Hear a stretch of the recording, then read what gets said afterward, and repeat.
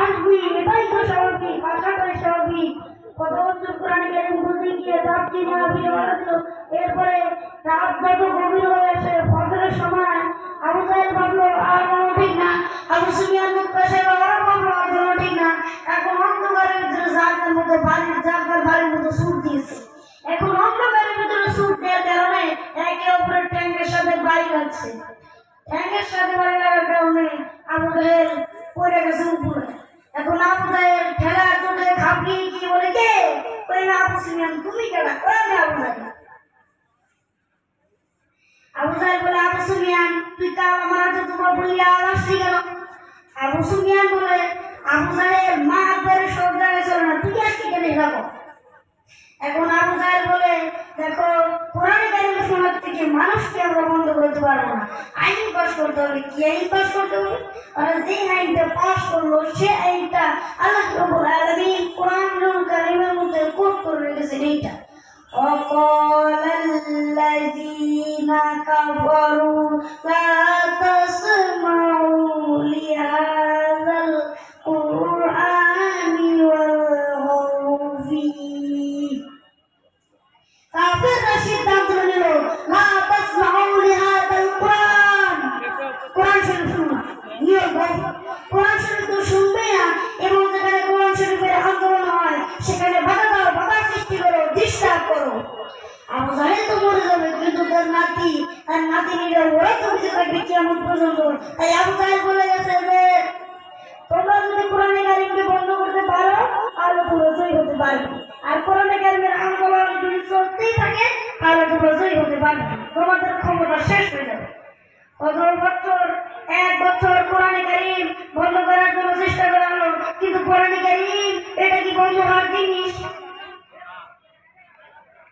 এখন একদিন হযরত মুহাম্মদ রাসূলুল্লাহ সাল্লাল্লাহু আলাইহি ওয়াসাল্লাম কাবা শরীফের পাশে বসে কোরআনে কারীম তেলাওয়াত করা শুরু করেছে। এখন আরেকদিকে আবু জাহেল অন্য দেশ থেকে, বিভিন্ন দেশ থেকে মানুষগুলো হাজিরা ওয়াজ করতে এসেছে, তাদের তাবুতে গিয়ে বলে দিয়েছে আমাদের দেশে একটা পাগল এসেছে, আর কাছের জন্য তার কথা উঠবে নাম তার মুহাম্মদ, নাউযুবিল্লাহি মিন যালিক। এখন ওরা তো মুহাম্মদ সাল্লাল্লাহু আলাইহি ওয়াসাল্লামের নাম জানে না, আবু জাহেল কি নিচে তাদেরকে পরিচয় করে দিয়ে গেল।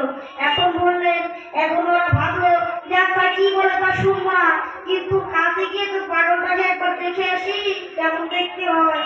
তখন কানের মধ্যে আঙুল ঢুকিয়ে দিয়ে চলে গেল।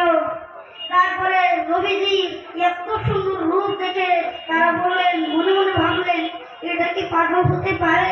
আমরা তো পাগল দেখেছি, চুলগুলো থেকে উস্কো ফুস্কো, তাতে থাকে ময়লা, চোখগুলো থেকে উদাস, জামা কাপড় থাকে সেরা, দাড়ি থাকে একটা এদিকে একটা থাকে ওদিক, এইটাই হচ্ছে পাগলের পরিণতি। আর এত সুন্দর লোক, টানা আঁকি, এত সুন্দর লোক, এটা কি এত সুন্দর লোক আমরা জীবনে দেখি নেই, আর নামই সেটা পাগল। এখন কানের থেকে আঙুল করে দিলেন, আর নবীজির মধুর কোরআন কারীম তাদের কানের ভিতর ঢুকে পরিদার মধ্যে স্পর্শ করে মুখে বেরিয়ে গেল। আশহাদু আল্লা ইলাহা ইল্লাল্লাহু ওয়াহদাহু লা শারীকা লাহু ওয়া আশহাদু আন্না মুহাম্মাদান আবদুহু ওয়া রাসূলুহু। এখন আমি কোরআনুল কারীম থেকে মাহবুব সম্পর্কে কিছু কথা বলতে চাই। কাইফা তাকফুরুনা বিল্লাহি ওয়া কুনতুম আমওয়াতান ফাহইয়াকুম সুম্মা ইউমীতুকুম সুম্মা ইউহয়ীকুম সুম্মা ইলাইহি তুরজাউন। হে মানুষ, তোমরা কিভাবে কুফরি করো, অস্বীকার করো, আল্লাহর সামনে নাফরমানি করো? কিভাবে করো? যে আল্লাহ তোমাকে সৃষ্টি করেছে, তুমি ছিলে মৃত্যু, সেখান থেকে তোমাকে জিন্দা করেছে, এই জিন্দার পর আবার মৃত্যু করবেন, আবার মৃত্যুর পরে তোমাদেরকে জিন্দা করবেন, আবার তোমাকে আল্লাহর কাছে ফিরে আসতে হবে।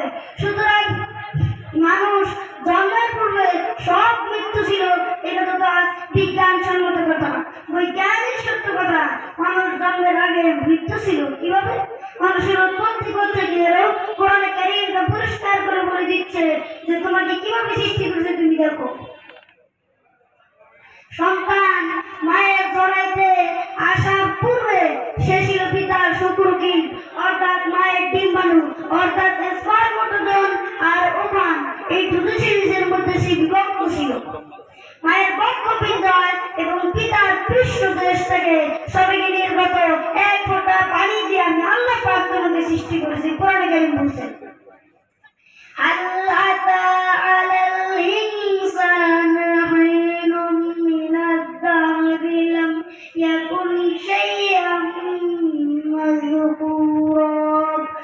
মানুষের কি এমন সময় ছিল না যখন সে উল্লেখযোগ্য বিষয় বস্তু হিসেবে পরিগণিত ছিল না?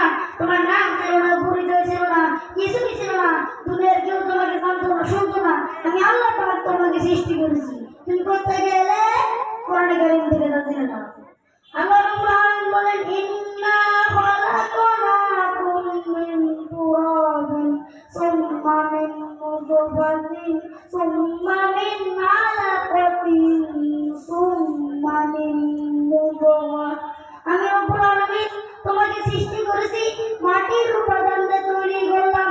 মহাবীর পুরুষের স্পার্মটোজোন আর মহিলাদের ওভান দুটোতেই মিলে মায়ের গর্ভের ভিতরে নাপাক পানি ফোটাকে জামাট রক্ত পরিণত করে দিলাম।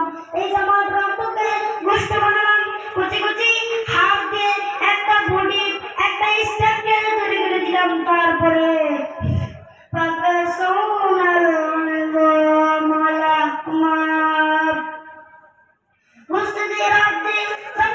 সুন্দর করে সঙ্গে দেওয়া মায়ের গর্ভের ভিতরে আমি আল্লাহ রাব্বুল আলামিন তোমাকে বানাইছি। মায়ের পেটের ভিতরে ফি করারিন মাকিন, একটি সুরক্ষিত জায়গায় তোমাকে রেখে দিলাম, যেখানে কোনো রোগ, কোনো দাম সেখানে পৌঁছাতে পারবে না, কোনো অসুবিধা হবে না।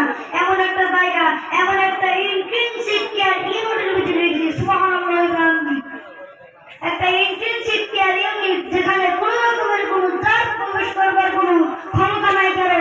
এমন একটা দেশ, একটা প্যাকেট, সুন্দর একটা প্যাকেট, একটা কভারের মধ্যে তোমাকে রেখে দেওয়া হলো মায়ের পেটের মধ্যে। আর আজকে তুমি কুফরি করতেছো, আর আজকে তুমি আমাকে অস্বীকার করছো। ওই ঘরটার ভিতরে আমি ইচ্ছে করলে রক্তের পিণ্ডের আকারে মায়ের গর্ভ থেকে আবর্ষণ করে দিতে পারতাম, দুনিয়ার মুখ দেখতে পারতে না। মায়ের পেটের ভেতর থেকে মরা সন্তান হিসেবে বের করে দিতে পারতাম, কঙ্কুর করে বের করে দিতে পারতাম, বিধবা করে বের করে দিতে পারতাম, পারতেন না? আল্লাহ রাব্বুল আলামিন কেমনে বানালাম? খলাকাল ইনসান, মানুষ আমি সৃষ্টি করেছি। মায়ের পেটের ভিতরে বসে যখন ক্ষুধার উপরে গর্ভগুলো এসে গেল, ক্ষুধা লাগলো, খাবারের প্রয়োজন হলো, আমি কেমনে খাওয়ালাম? দুনিয়ার কোনো মা বাপ, কোনো নেতা, কোনো ডাক্তার, কোনো চিকিৎসা বিজ্ঞানী মায়ের পেটের সন্তানের খাবার সংগ্রহ করতে পারে না। আল্লাহ পাক বলেন, তুমি কি খাবে? ব্যবস্থা আমি করেছি। মায়ের মাসিক অসুখকে বন্ধ করেছি, মায়ের নামের সঙ্গে তোমার নামের সাথে তার লাগাই দিয়েছি। আর ওই তারের মাধ্যমে রক্ত বের করে দিয়া মায়ের রক্ত দিয়ে তিল তিল করে তোমারে বড় করেছি। রক্তটা মুখে লাগাই নাই, মুখে লাগলে পরে নাপাক রক্ত মুখটা নাপাক হয়ে যাবে। নারীর ভিতরে পাস করে দিলাম, মুখটাকে পবিত্র রেখে দিলাম, যাতে করে দুনিয়া আসার পর আমার এই পবিত্র বানানো মুখটা না দিয়ে এই দুনিয়ায় বসে তোমার আল্লাহর পবিত্র নামের জিকির করতে পারো। এমন সুন্দর করে মায়ের পেটের ভিতরে তৈরি করলাম, হাত দিলাম, পা দিলাম, সুন্দর করে বানালাম, এমন নিখুঁত করে বানালাম, তাকায় তখন নিজের থেকে সুন্দর করে বানালাম। এরপরে কি করলাম? সুম্মা নুখরিজুকুম তিফলা, বাচ্চা আকারে মায়ের গর্ভ থেকে আস্তে করে বের করে নিয়ে আসলাম পৃথিবীর মধ্যে। সুবহানাল্লাহ, বাচ্চা আকারে মায়ের গর্ভ থেকে আস্তে করে বের করে নিয়ে এসেছি পৃথিবীর বুকে। পৃথিবীতে যখন আসলে তখন তোমার অবস্থাটা কি ছিল? ক্ষুধা, যন্ত্রণায় যদি মরেও যেতে, কান্না ছাড়া ভাষা নাই। ভাষা আছে? কোনো বুঝ ছিল ওতে? কোনো জ্ঞান ছিল? আল্লাহ রাব্বুল আলামিন বলেন, আল্লাহু আখরাজাকুম মিন বুতুনি উম্মাহাতিকুম লা তা'লামুনা শাইআ। মায়ের গর্ভ থেকে এমন অবস্থায় বের করে এনেছি যখন তোমার কোনো হুঁশ নাই, জ্ঞান নাই, কথা বলতে পারো না, পায়খানার ভিতরে পড়ে থাকো,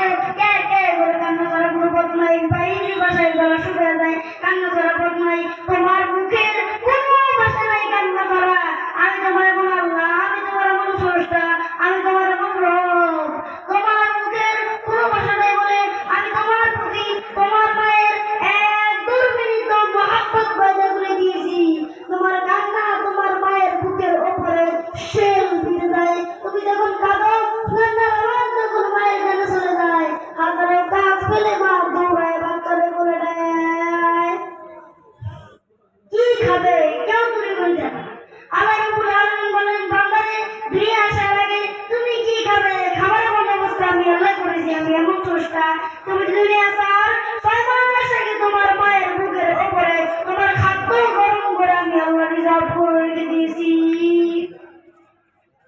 সেই খাদ্য শুধু খাদ্য নয়, রোগের প্রতিষেধক